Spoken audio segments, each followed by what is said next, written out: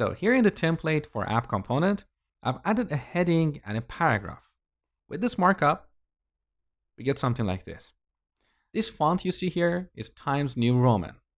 What if you want to change the font, or the font size, or the font weight?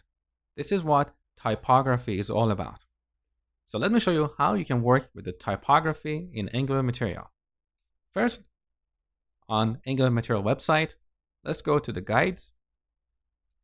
And here, let's click Using Angular Materials Typography. So here in this list, you can see a bunch of CSS classes that we can apply to various elements. So we've got title, subheading, body, caption, and so on. Now, in order for these to work, first we need to import the Roboto font that is used by Angular Material. Of course, we don't have to use this font. We can use a different font, but this is the standard look and feel of Angular Material. So on this page, you can see the link to Roboto font on Google. So I'm going to simply copy this URL.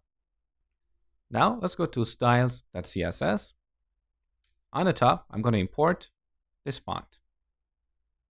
Okay. Now back in app component.html, we can apply those CSS classes you saw earlier on these elements.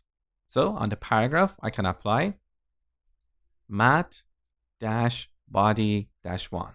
So all these classes are prefixed with mat dash. Let's have a look. So now here we're using the Roboto font. Similarly, we can apply a class to our heading to replace the Times New Roman with the Roboto font. So here I'm going to apply mat dash headline. And with this is our new heading. Once again, you can see the list of all these CSS classes on this page. So we use the headline class with h1.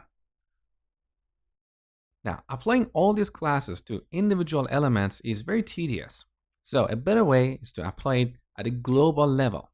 So let's go to index.html. In the last lecture, we applied mat app background class to our body element. We have a similar class called mat-typography. With this class, we no longer have to apply individual classes to our headings, paragraphs, and other elements. So we can keep our code cleaner and we still get the same result.